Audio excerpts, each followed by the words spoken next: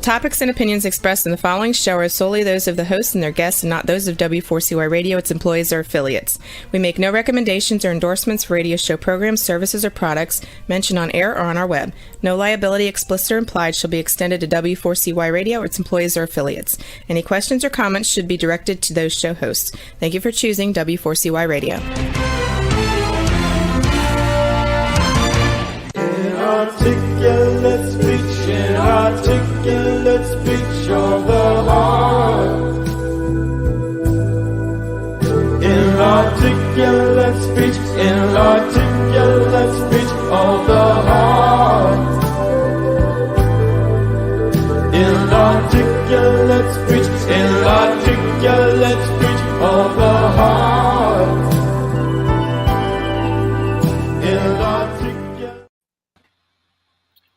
Hello and welcome to It's Your Voice, the show that hosts enriching conversations in diversity. My name is Dylan Horton and I'm standing in for Bahia Yaksan today. And I'm really glad to be with y'all again. I think, as I was saying before we started, about a year or more ago, I guest hosted for Bahia when she had something going on. And so I'm glad to be joining y'all today. For those of you who are hearing me for the first time or maybe need a refresher from the last time, I live in Davis, California, which is not too far out from Sacramento, California, where that is. I have been an activist working on issues from as far afield as accessibility for low-income students to higher education, to police reform and law enforcement reform here in Davis and in LA, where I'm from. But I'm really glad to be joined by two other outstanding activists and leaders in their own right to talk about how we can improve diversity in business and in employment and how we can reduce discrimination. And so our first guest, in some ways, needs no introduction, but I'll give a tiny one and then she'll take it on from there. But Patrice Williams is a member of the Fairfield City Council, and I got to know her when I was working for our former Congressman John Garamendi, who used to represent this part of California and also that part of California out in Fairfield. But she's doing so many things out in the world, and particularly I was interested to talk with her today because she has been active and involved with the Solano Black Chamber of Commerce. But Patrice, welcome, and thanks for joining us today. Thank you, Dylan. Thank you for having me. I am a fan of yours, so of course, you call me, I'm coming. Thank you. And why don't you introduce yourself, kind of what you've been involved in, your work, I guess for the last couple of months on the Fairfield City Council, and particularly your involvement with the Solano Black Chamber of Commerce. Yeah, so I was elected to the Fairfield City Council with plus 12 votes. So that was pretty interesting because, during election night, everyone kind of knew when they were elected, and I had to wait another 3 weeks. So I found out, and then the next week I was sworn in. So just all very exciting. I also know you because we have similar interest in, getting people engaged in the electoral process and advocacy and grassroots work that route. And it just gave it a whole nother meaning, that each and every our vote matters. And so I've been a small business owner for quite a number of years, 2012.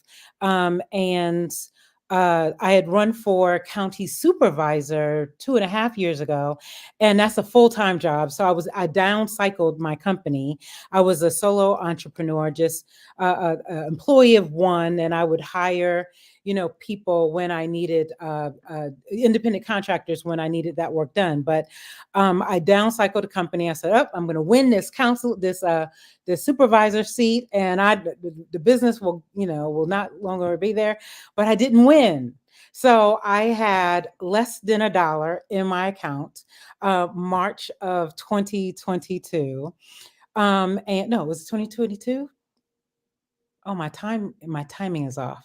Sorry, 2020. So 2020, March, I had less than $1 in my account. I had lost my my campaign, and then a few weeks later, we were all uh, uh, uh, the pandemic had hit, and we were all now sheltering in place, and my potential business, pipeline of business, had been wiped out. And so I had to rebuild my company by itself, starting with, at zero. And I was able to do that in large part um, being part of the chamber. At the time was the Solano Black Chamber of Commerce. And at the time, I was a vice president, and we had to come up with programming. And the great thing is, the programming was very self-focused. I needed to reboot, and I knew I needed to reboot as many other small businesses as possible. So anyway, glad to be here to be part of the conversation, but that kind of gives a little background into me. And by the way, I'm no longer part of that chamber, but I am a fan of chambers in general, especially minority chambers. And can you talk a little bit more about the support that they, provided you with, and sort of being that you benefited from and being active with that organization? Yeah. So what we did was, it was a very unique time. There was businesses that were going out of business. And that absolutely could have been me. I literally didn't have but two nickels to rub together. And so I had to evaluate my skills as a business owner and what my business did really, really well, and pivot it to today's time.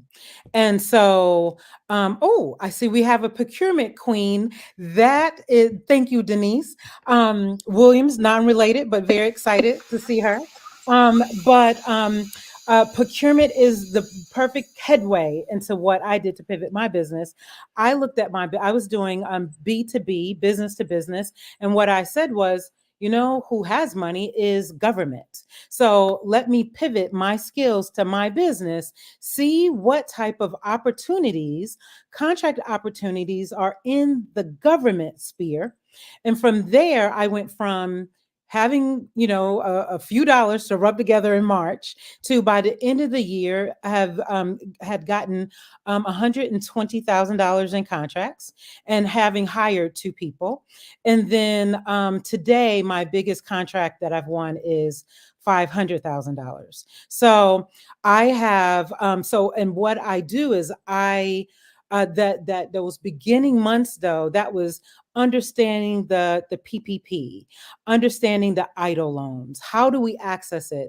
And there was a lot of misunderstanding, mistrust surrounding those programs. And so a lot of what we did when I was a part of the chamber in that first year was really getting people comfortable with A, pivoting their business, B, accessing these funds so that we could survive enough to pivot, and also getting people used to the language and going after contract opportunities. So that's a lot of what we did with the chamber. That was, each chamber board has its own focus. So that was our focus. Not sure what the focus is today, so I don't want to misspeak for them, but that's what it was, in 2020 when I was there. Right. And thank you. And I should say that, and I shared this a little bit with you in asking you to be with us this afternoon. I think that a community like Davis, where Antonio and I live and do some, activism work, and could really benefit from a chamber of commerce focus on minority equity issues. As I spoke with you, I know of your involvement, a couple of other people's involvement with the Solano Black Chamber of Commerce. And I know of some people involved with the Rainbow Chamber of Commerce out in Sacramento.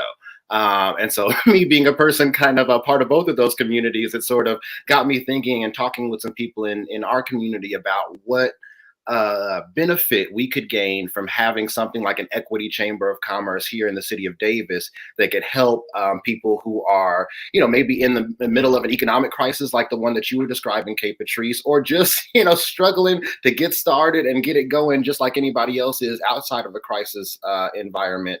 I've spoken to so many people who, and of course, I mean, people of color and people from underrepresented and underserved backgrounds who really struggle to, get businesses started. In a second, Antonio, when we're talking, I'm interested to hear some of your perspective on some of the food truck issues that we've had here in the city of Davis, and the exclusion of those folks from our business environment. But issues like that, I think, are what I'm talking about, what I'm hearing about from folks in our community, and I feel like.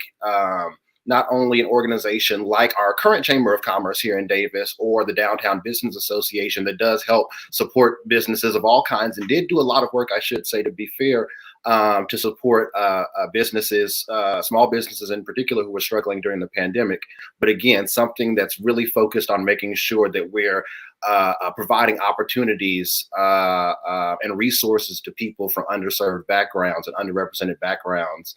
I think could be really crucial. And then also to another thing, and I wonder what in your experience you've seen around this, Kate Patrice, but what chambers like this could do to reduce discrimination for customers. For instance, I live on Anderson and Covell here in Davis, so one of the biggest sort of intersections in Davis. You can tell it's a big intersection because we have 2 gas stations on the same intersection.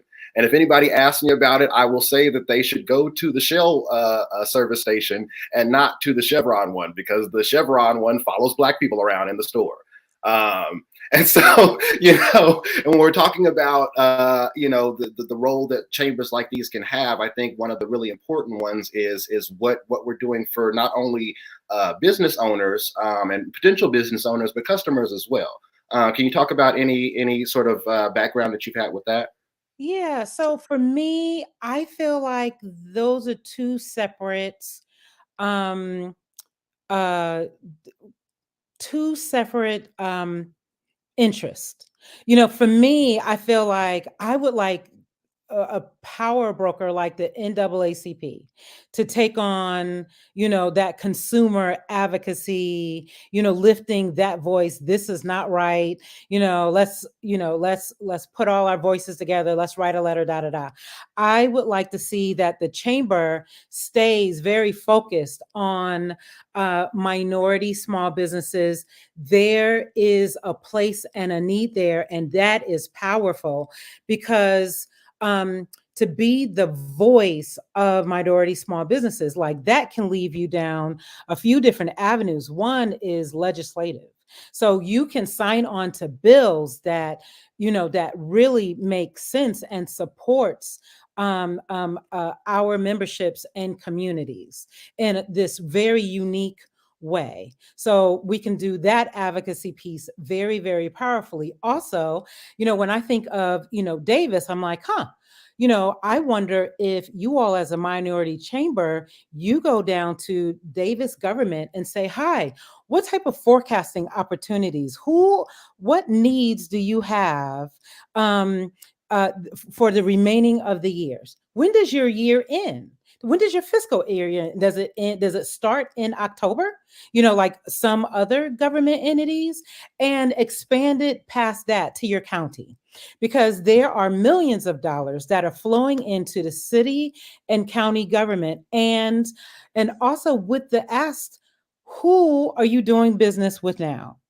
Are you doing business with Davis business owners who are your shareholders? Are you doing business with minority communities? Really? What's the percentage? What does that look like? And what I saw when I did that scale, I know because I was going after contracts, and I'm like, how is this business in San Francisco getting this contract? How does this business in Sacramento get this contract? Who knows us better than us? And we are shareholders, we're paying taxes, but we're not good enough to get contracts. So what does that look like? Should you give us local points in your scoring system? Dylan, you can change the face of contracting and what contracts small businesses are getting in your just taking on your local area. Really powerful. And then the other thought that I had is I believe there's a rainbow chamber in San Francisco. Am I right? I think so. That is one powerfully dope organization. They did the same thing that I'm talking about surrounding corporate procurement. And so they had procurement when they created inroads for members within that Rainbow Coalition to get attention, do matchmaking fairs with corporations and getting opportunities. That was a few years ago. I can't imagine they've gotten even more powerful since. And I don't know, Kay Patrice, if you are a big watcher of Roland Martin Unfiltered. I watch it, just about every day, and he, is a big believer in particularly uplifting Black business. And one of the things that he focuses on, just like you did, is these government contracts. Particularly in his space, he's in the media space, obviously, and so his focus is what share is Black media getting of the ads that government puts out for, all of us have been involved. Antonio, you've done a whole lot of work in the pandemic in this community in terms of vaccine rollout. The advertisements that government spend is, we couldn't even quantify, I think, even in a local government capacity, how much money is spent on advertisement and how much of that money does go to minority media. Let's be a little bit more broad than Black media. And so I think you're really correct, Kay Patrice, as usual, to focus on the government contract, government procurement, and as you were just touching on a second ago, private sector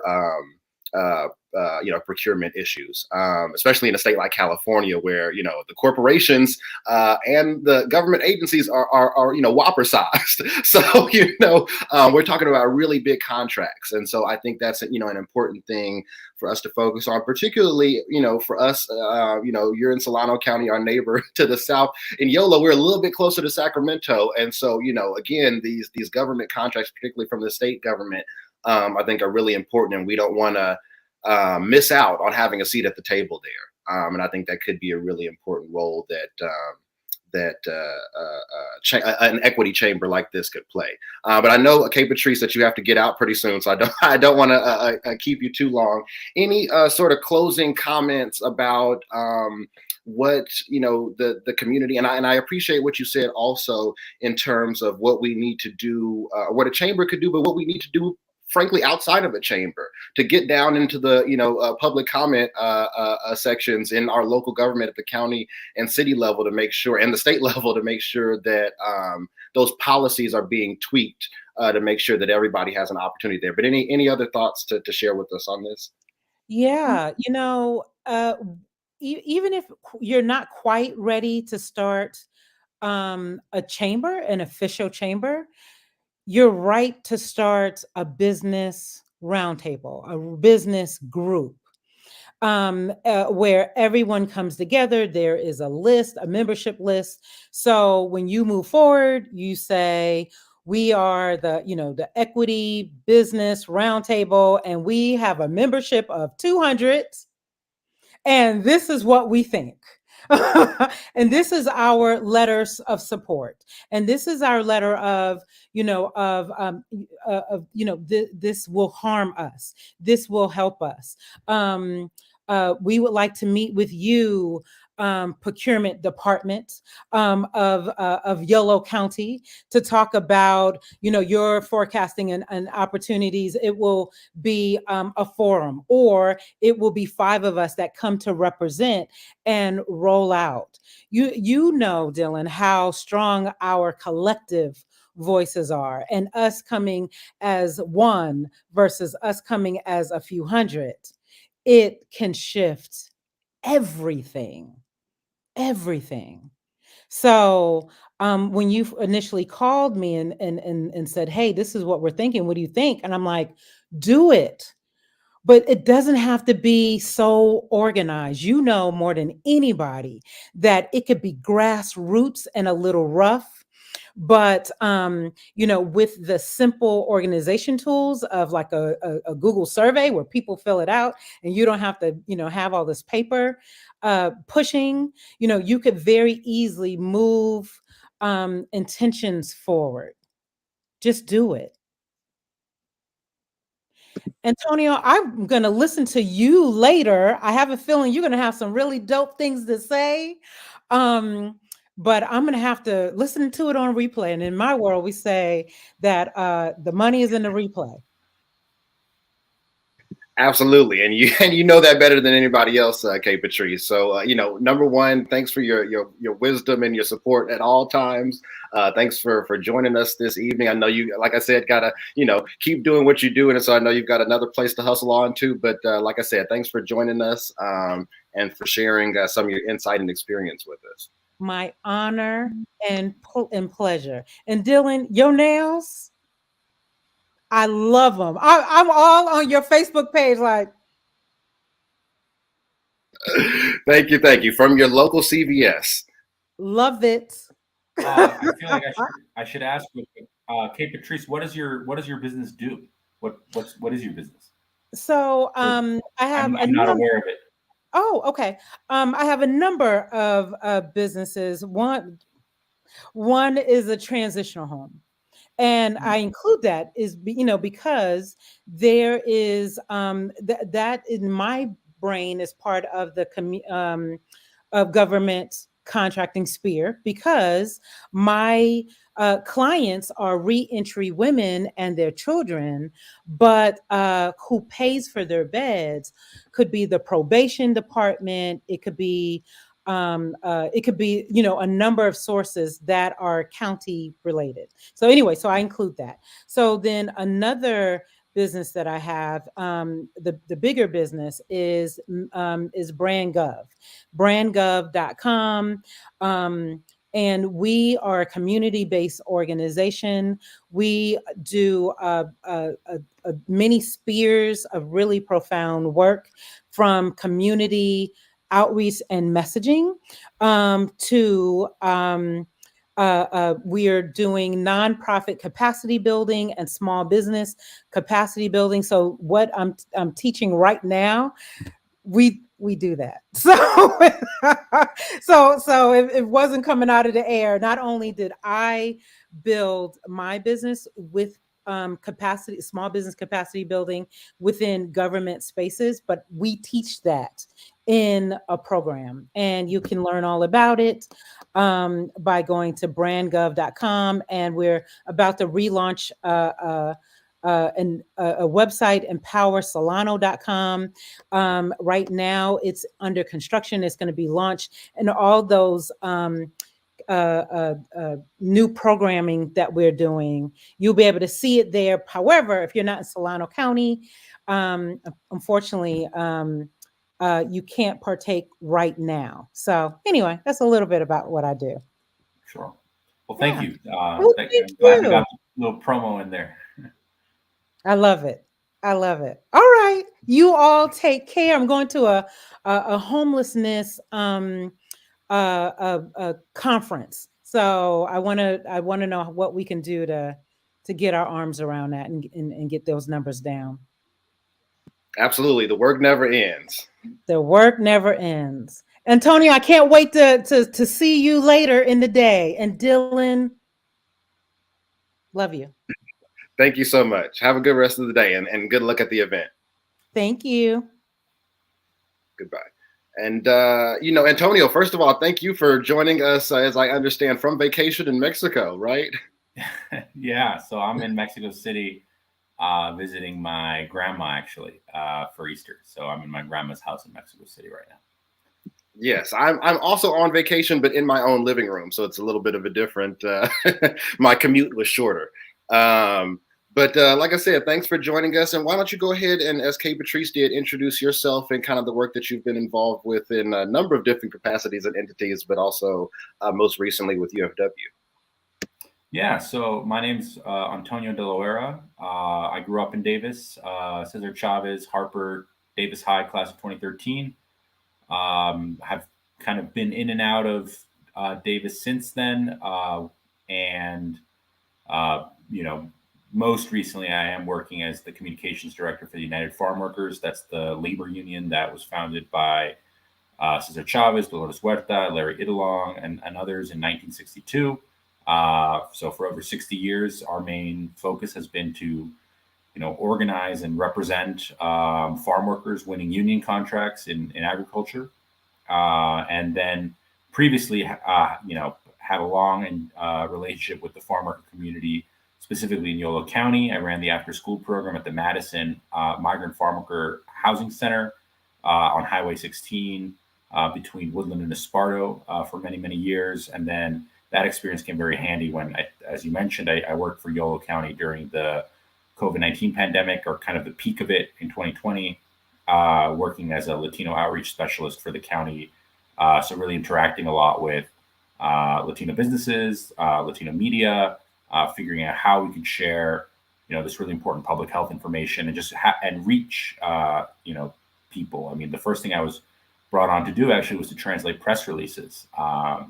And I always, that's a good practice, but it always did it's a little startling to think about that, a county which is probably between 35 to 40% Latino prior to the pandemic was not translating press releases into Spanish as a matter of course. So I think that's, it's those little things too. Just, I've never found there to be very much, straight up malice towards the Latino community. I think maybe some neglect more than anything, right? Just not thinking about what this population that exists, but is maybe not, very involved in local government. I think that's kind of a two-way street where, sometimes people say, oh, well, the Latino community doesn't ask for these things.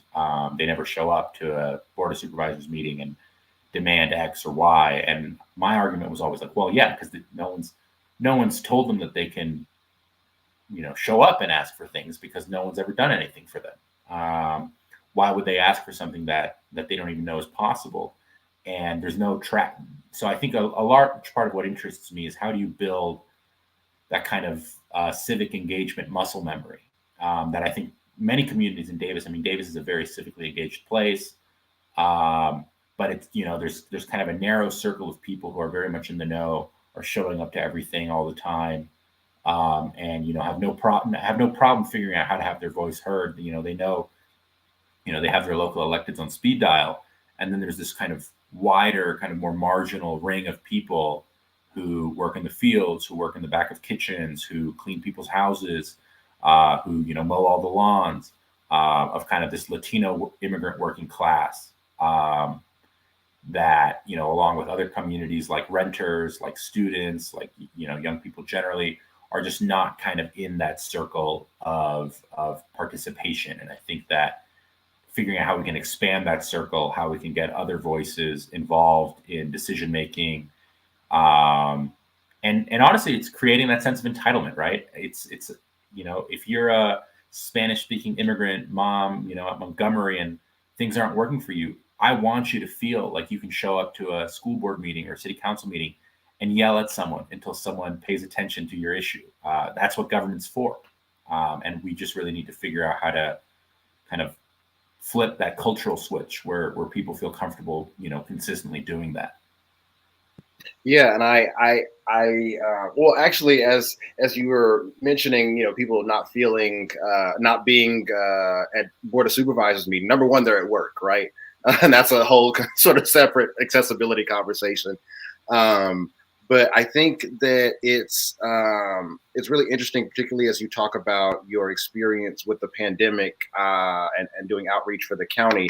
I'm interested in what and I mentioned just briefly while Patrice was here, the issue that we've had in Davis, or that folks who tried to start food trucks or operate food trucks in Davis have had. just talk about what sort of things that you've seen, number one, growing up here, but also in your work with different, community leaders and parts of our community, about sort of where some of the gaps here in this conversation that we're talking about diversity in business, accessibility to services and resources, and discrimination. Yeah. I mean, I think Yolo County has a great food truck scene, right? And if you're ever in Knights Landing or in Winters or in Woodland or in Esparto, you can really benefit from that. Just from a culinary taco enjoyment point of view. I think Davis, there's some more challenges. I think there is, legitimate concerns, and making sure that the brick and mortar stores are not losing out kind of in an undue fashion. But I do think that we need to make permitting more accessible. I think, being in Mexico right now, just the culture is one of, just cook things in your kitchen and get out on the sidewalk and sell it. There's a real kind of entrepreneurial spirit. I always feel a lot, on the county roads, you can see people just selling flowers, selling strawberries. You stop and talk, and these people are often coming from quite far away. So some people are bringing fresh berries from the Monterey County area, or people are, flowers, and I ask them where they're coming from, and they'll say, oh, I live in Yuba City. So people are commuting quite a ways sometimes. Other folks, of course, tend to live in the local, lots of different apartment complexes where I know folks tend to live, kind of across Yolo. And I think that, part of it sometimes is they just don't know what the process is. They just don't know what forms you're supposed to fill out, or, what the expenses might be. Some of it is also, people are aware, but it's sometimes too insurmountable. The costs are too steep. And so there's a feeling of, well, let's just do it. And again, I think that gets back to this culture of civic participation, where if your only engagement with government is basically as an obstacle, as a group of people who are going to tell you, well, here are the things you can't do, and if you want to do them, here are the forms you have to pay, and here are the fees you have to pay, and if you try to do it anyway, here are the bills or the fines you're going to have to pay, right? I think that just creates a kind of a sense of distrust, a sense of cynicism, a sense that government is actually out to get them and not to help them. And I think this trickles down kind of into the broader community in an unhealthy way, because I think I want, speaking now, wearing my union hat, I want government to be able to protect, through regulation and through enforcement of the law, protect Latino working class communities, right? I mean, we can talk about wage theft. I think that's a huge issue in the Latino community. Our, heat and safety laws in agriculture, right? Making sure that everyone's being provided water, everyone's being provided shade, especially when we think about, the summers we get in Yolo County, where we're, in August, we're going weeks on end where we're over 100 degrees every day, and people are out there working in that. And, that's a real health risk to those people if they're not being provided with what, the existing rules are. But in the UFW, we have a saying, there's one law in the books, there's another law in the field. So I think building that sense of trust, that feeling of, okay, if I want to, open my taco stand, there's actually an accessible process of people who want me to succeed and will help me out and meet me where I'm at. I think that is the flip side of also feeling like, and if I'm being exploited at work or being forced to work in unsafe conditions, like many people also were during the pandemic, they were told, come to work even if you're testing positive, or we're not going to pay you. That's a risk for the whole community, their coworkers, and even the customers too. We really need to build that sense of trust in government of, okay, I can go to government, I can report my issues, and someone's going to actually take an interest, follow up, and not just kind of leave me to fend for myself. I think that's, big picture. Maybe we're getting a little too galaxy brain here, but I think a lot about the Latinos for Trump phenomenon and where that comes from, and where this kind of anti-government kind of cynicism that I think ultimately feeds a sort of right-wing politics, right? That is where right-wing politics come from. It's kind of the antithesis of a sense of solidarity, is a sense of kind of individual, every man for himself kind of scrappiness. And I think that that's a real thread in the Latino community. There's a hardworking immigrant mentality. And again, if your only interaction with government is negative, you're probably not going to be a big one for, more social democratic politics of, building a stronger social safety net, because the existing social safety net doesn't work for you. So why would you want more of it? Fine, no, let me keep my taxes, let me keep my guns, let me, do what I want. I think that resonates in a community that doesn't have a lot of positive experiences with government. Yeah, if your only relationship is either indifference or antagonism, yeah, it's kind of hard to have faith in people who are engaged in politics, well-meaning, you and myself included, who are saying, hey, there's some other people doing some different stuff who are, trying to make things better. But yeah, it's kind of hard for that to be a credible argument when the relationship is as it is. And I do think that, as you were touching on earlier, that does feed into some of the, if I'm being as gentle and kind as possible, some of the libertarian-minded thinking that I think leads a lot of people down to some of that Trumpier sort of brand of thinking. And then two other things that I was thinking about as you were in your last comments. One is I did in my last campaign in 2020, I did a number of roundtables with different groups just to try to make sure I was, really understanding what all the issues were. And one of the roundtables that I did interesting to have both you and Patrice on, because I did one labor roundtable and I did one small business owner roundtable. And I thought it was interesting. The guy who is the owner of, and I'm hate myself for forgetting his name right now as I'm bringing him up, but the owner of Super Owl Brewing over in West Davis was one of the attendees. And he talked about the process of just trying to get that business started, seeking out a number of locations, a number of different cities, and just the general sort of Sacramento basin area. And Davis was obviously one of them because that's where it ended up being. But West Sacramento was one of the cities that they were also considering. And as he described, it was, a person, essentially a concierge, essentially holding his hand through every step of the process. And here's the next form, and here's the next thing that you need to do.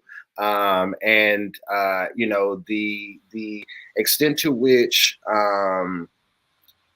it was made clear in how he was supported that the city of West Sacramento really wanted his business to be located there at some point.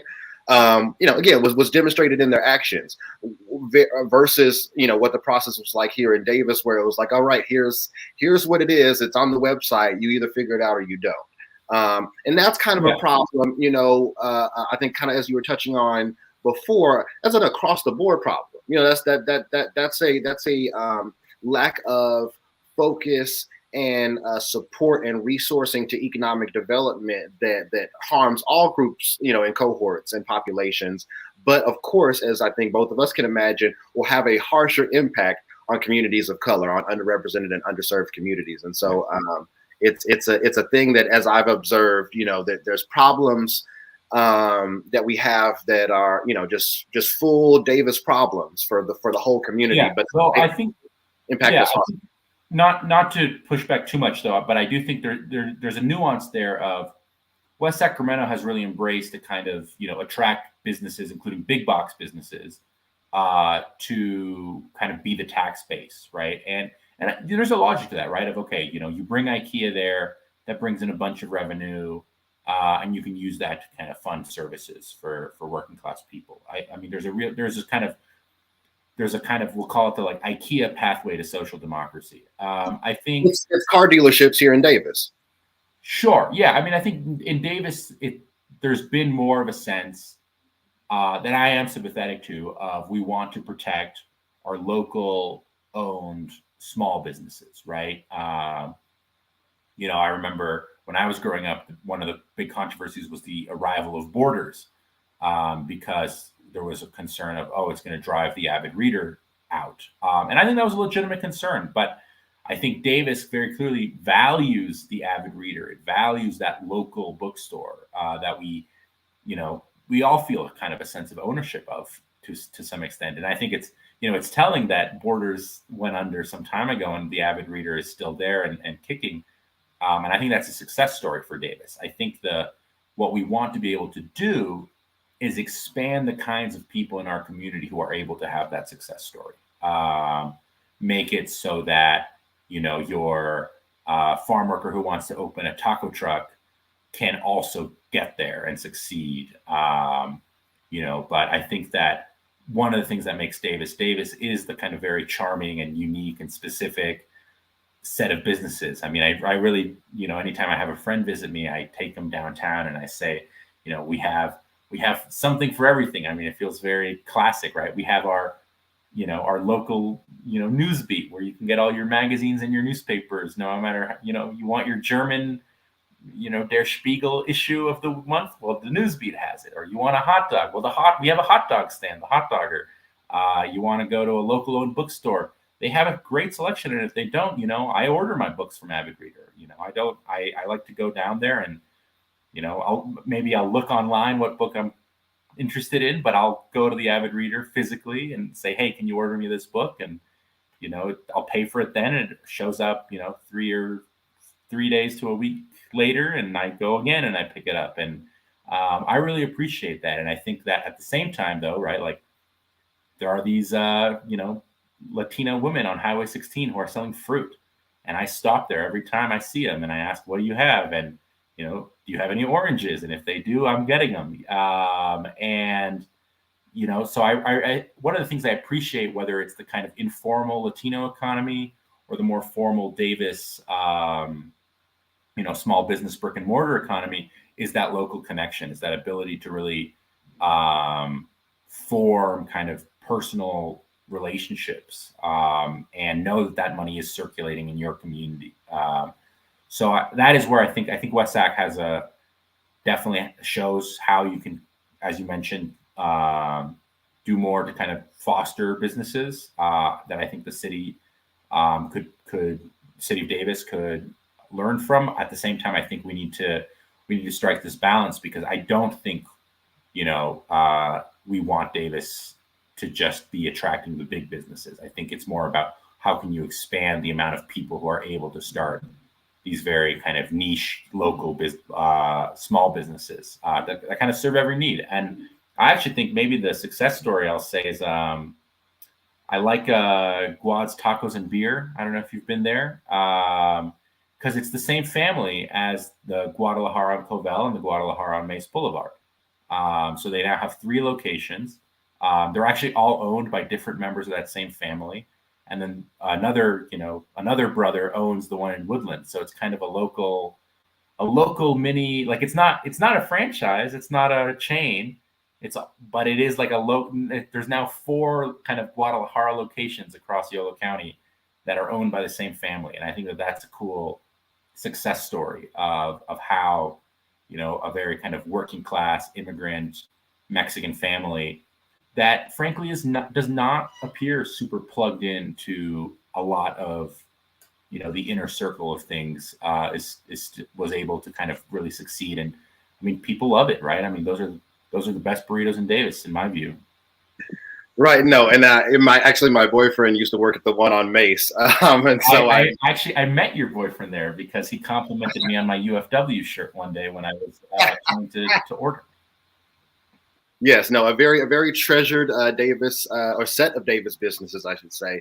And I definitely agree that there is a way to support small business, support locally, you know, businesses that are, you know, drawing their workforce and, you know, distributing their sort of benefits locally, you know, while not compromising the community's values. And I definitely, you know, as someone who definitely agrees that we can learn something from how West Sacramento does business development, economic development, knows that our values, as much as I love some of the leadership over there in West Sacramento, our values about how we develop the business community are different in those 2 different parts of Yolo County. And so we definitely are a community that, you know, has had vicious controversies over something like the, you know, Borders coming to town, or something like Target coming to town a little bit more recently than that.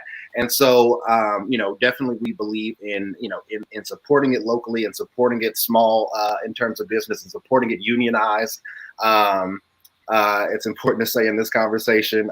We have another pizza looking to unionize downtown in a couple of months.